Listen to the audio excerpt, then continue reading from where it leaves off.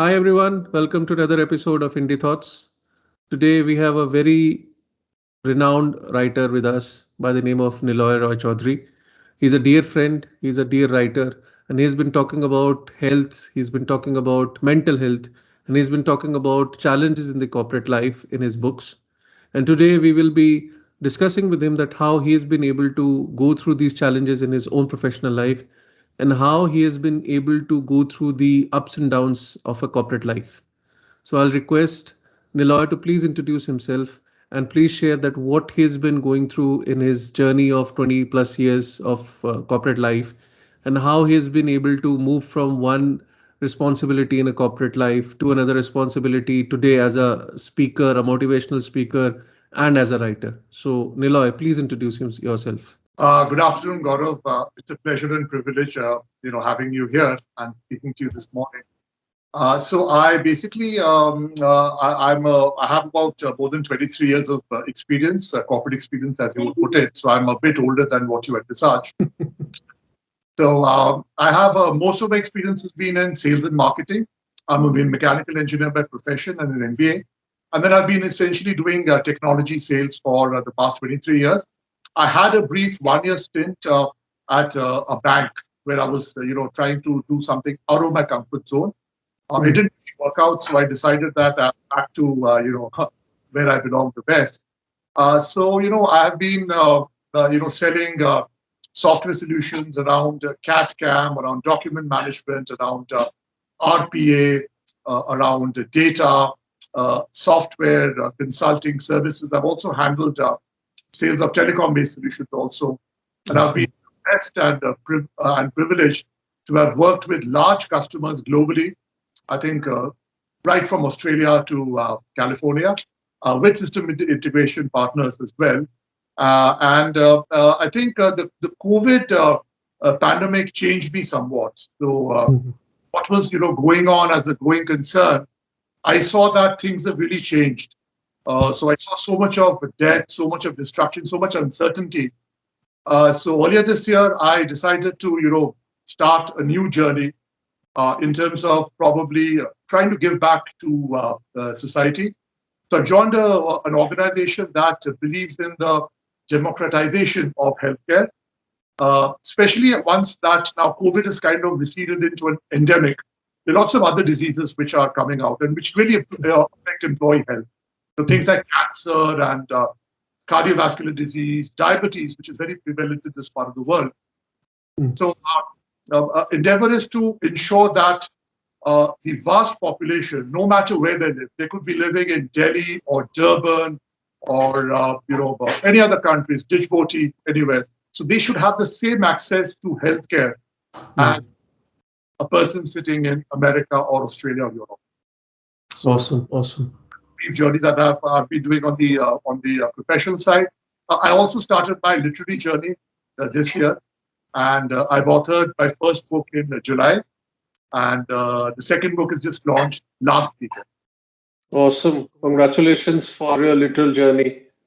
And we really love to hear about your two books which you have written. What is the basis? What are the audience? What is the topic that you've covered in your book? Yeah. Some glimpse about your books.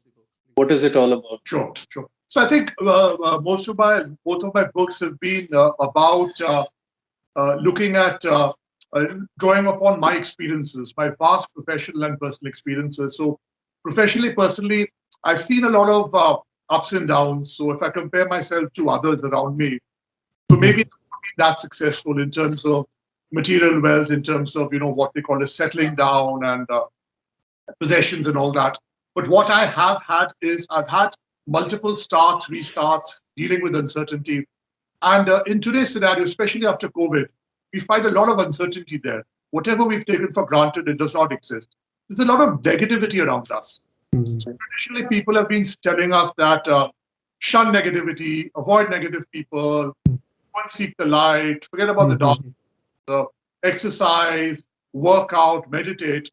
What I've seen is that in COVID, this hugely negative incident actually united the world. Mhm. True. People who were strangers earlier, have started helping each other, irrespective of how much they earn, irrespective of where they live, religion.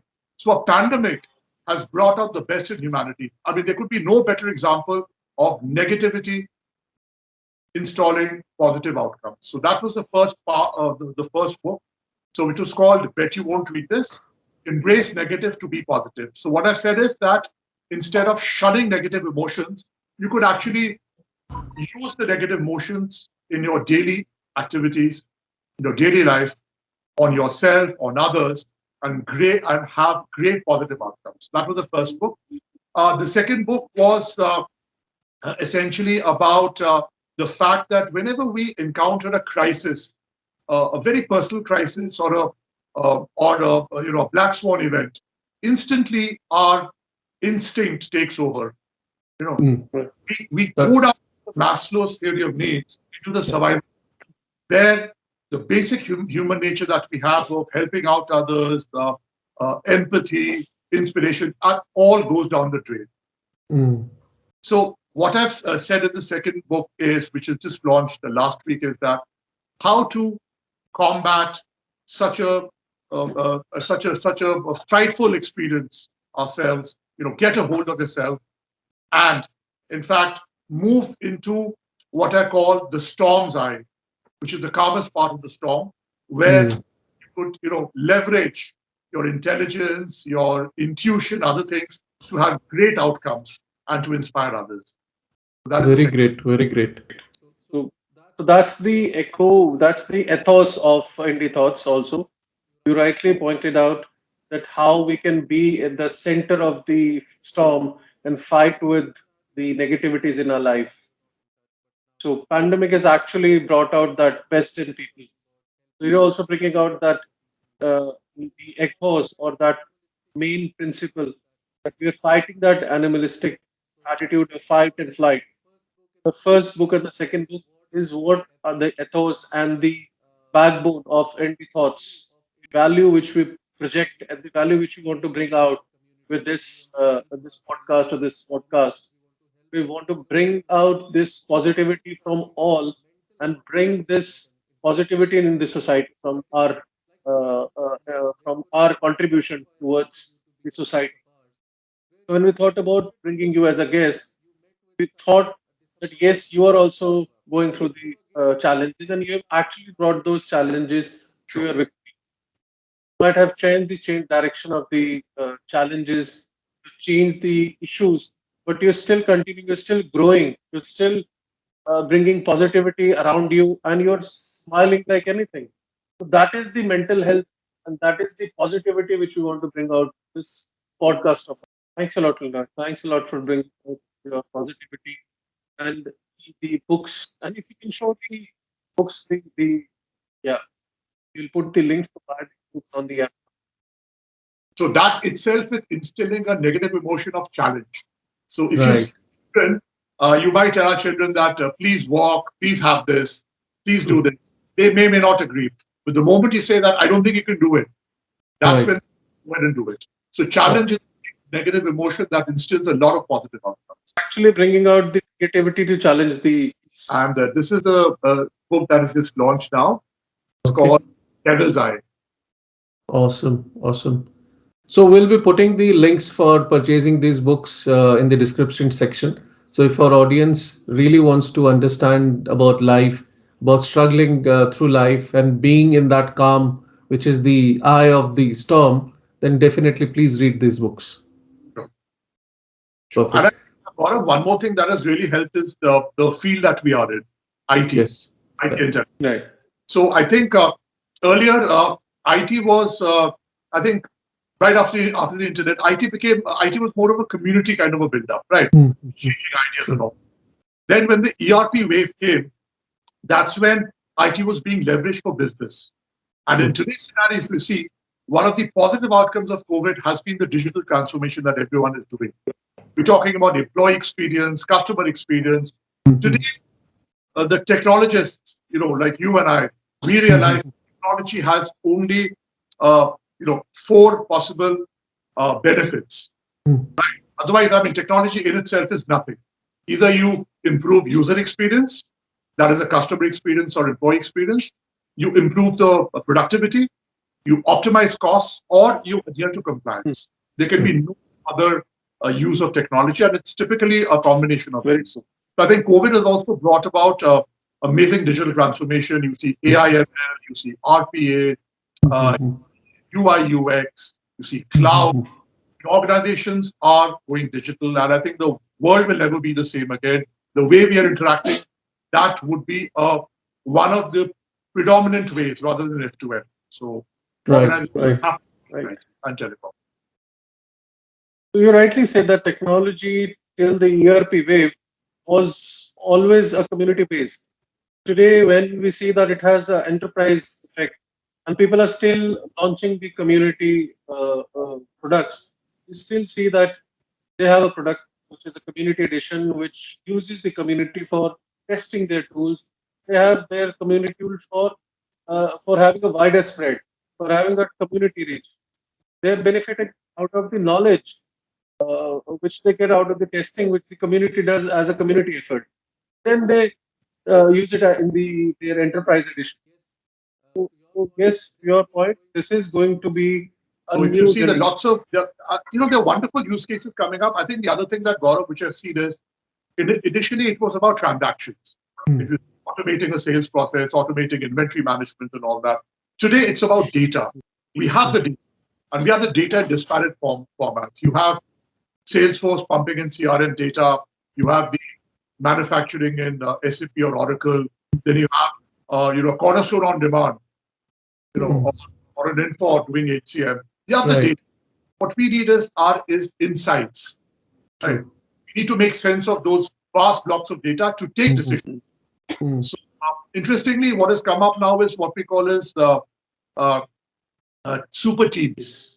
Earlier, it True. was human or AI, but True. now humans will take decisions, obviously based on intuition. But the AI portion would provide those data points, those analytics, those what-if analysis to equip humans to take that decision. I think Right. Right. or AI is now human and AI. Yes, you're right. Right in saying that. That the data is the king now, and with AI, yeah, I was listening to one of the podcasts where the audience was talking about AI and data and how to use that. The speaker said there is only one difference that makes AI versus the human being is that AI will give you data, will give you options. The action, taking action or not taking the action is with the human being. The interpretation will be with the human being. What they do with the data or how they use that data is actually based upon the human being. Let's say if today's data says that the pandemic is to create havoc, there will be some people who will be scared. There will be people who will be concerned, but there will be some countries who will be taking the action beforehand, becoming that proactive, bringing a proactive approach. That is what human being or that actionable is still with the human being. So the third wave, fourth wave, or anything of technology, action is still with the human being. So I just hope it doesn't happen. And Yes. Yes. one good thing is that now we have to be prepared always. And True. one of that I've seen is that in this world of AI, robotics, machine learning, the human touch is so important. Very true. Touch point. So every touch point with a human being, right from the employees. Now today, an employee is our biggest customer. You cannot Correct. have organizations with unhappy employees and happy customers. Maybe for a quarter, maybe for a 2 quarters, but that's it. Every Right. touch point has to have empathy, has to have emotional intelligence. So Yes. the world of human beings has, in fact, I think we have so much to learn and skill. I mean, look at the True. pandemic. People like me. I mean, I never wrote. I don't think I ever wrote a letter in my life. Also, human energies. So Mm. we should not be looking at automating mundane tasks. We should be Mm. harnessing what we have here, our Mm. human brain. And I have a chapter in my new book on this. So Awesome. we should Awesome. use AI and harness our brain. That is there. That is what Niloy. That brings the difference between a human being and the person with experience. Using that experience, that gut feeling. That is as the human science says that there are two brains. There's the normal brain and then this gut feeling. So what we have seen with your experience, what our experiences, is that gut feeling at times takes precedence that our knowledge about anything else, about any other data point. That is what it makes us different from an AI or maybe a genre of different people who do not take decisions, they just sit on that. Thank you, Niloy, for bringing that out. Absolutely. So intuition is a very powerful eye, okay, True. which I would True. think about. So intuition, of course, intuition, some people are born with it, but you can cultivate it. Hmm. The more Correct. experience, and intuition is, it's your unconscious mind talking to you. Right. Unconscious Correct. mind, I say it's like a ROM, and Mm-hmm. and the conscious mind is like a. Yes. Yes. So And that it's kind of is the processing. It's that it's illogical. It is processing, just like a bot would do, or a correct. machine Correct. algorithm would do. It's doing that, and somehow, in absence of all data points, it provides a solution to you. True. True. The Awesome. intuition. Awesome. Awesome. So moving on from this topic to a little lighter note, Eloy, let's say we are today sitting in 2021 and we would move to 1991. You're again that youthful, that chirpy young boy, still thinking about getting into a job or a corporate or entrepreneur. What is it that Niloy would want to do?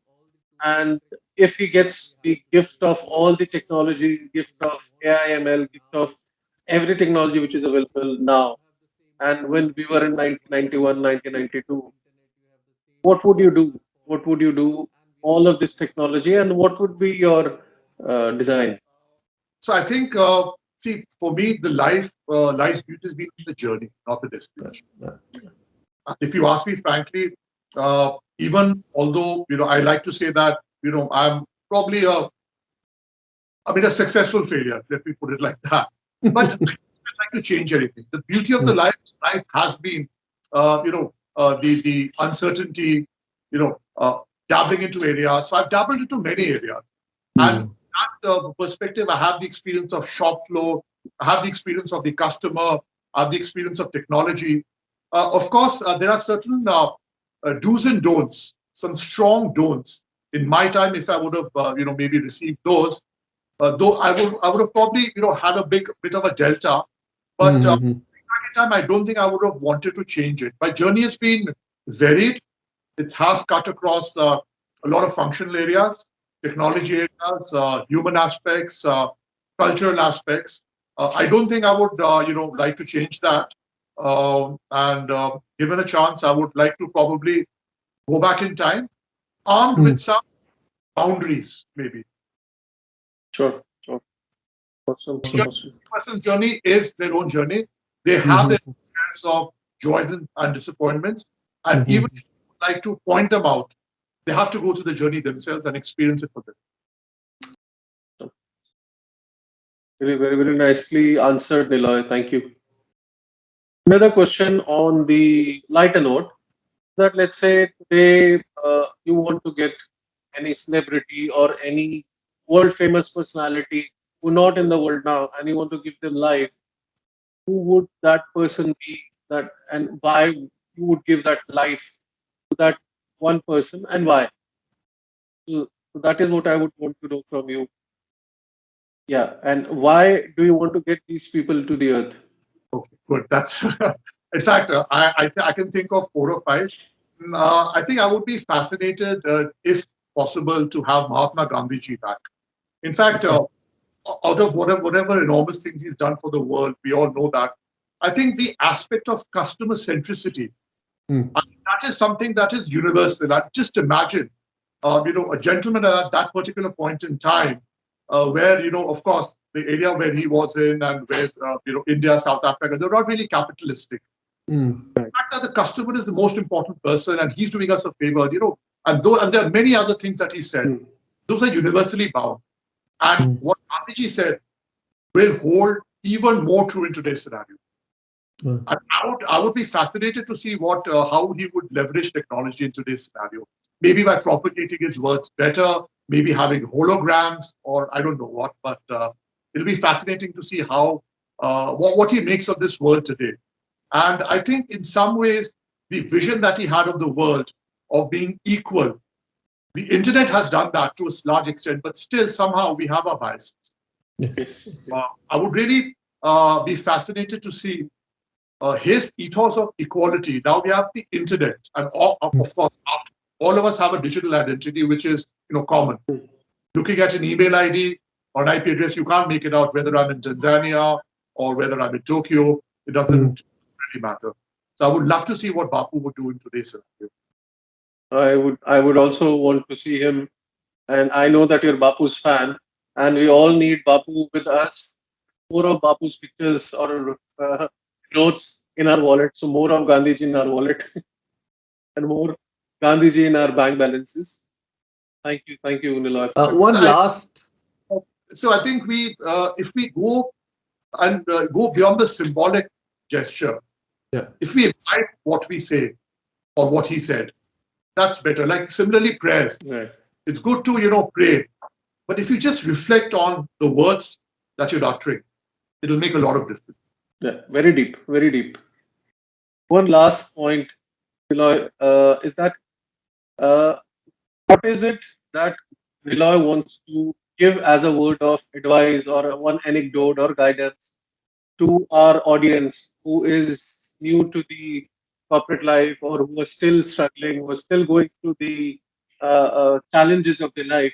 So, how will Niloy use these positivities, and how will Niloy's words would give that starting point, or would give them the that one I'll say word of advice? Yeah. I think, So I think I'll talk about two, if you permit. Please. We're doing our daily tasks and all that. We should stop rather than what, how, why. We should leave it at the why, and that holds true of people who've lost their inspiration, who are feeling monotonous. Always find out why, and whatever you do, you should try to make a difference, leave a legacy behind. So all of us, right? Someone earns a Porsche, a Lamborghini.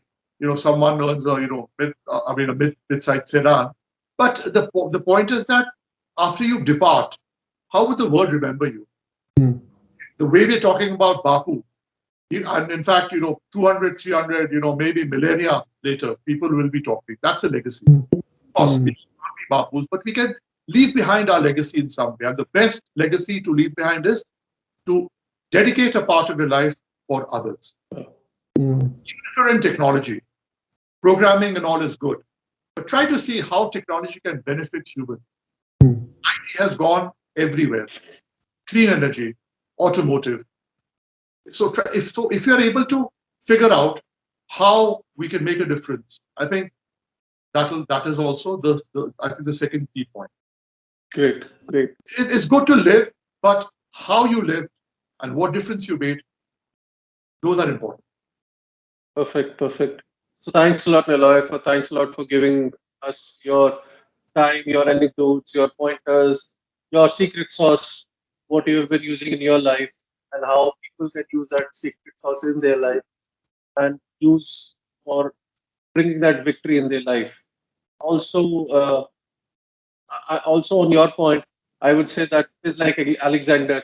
He said that when I die, I keep my hands outside my coffin so that people can see that I am not taking any wealth with me. So thanks a lot. Thanks a lot. Lloyd. So all the best. Thanks a lot.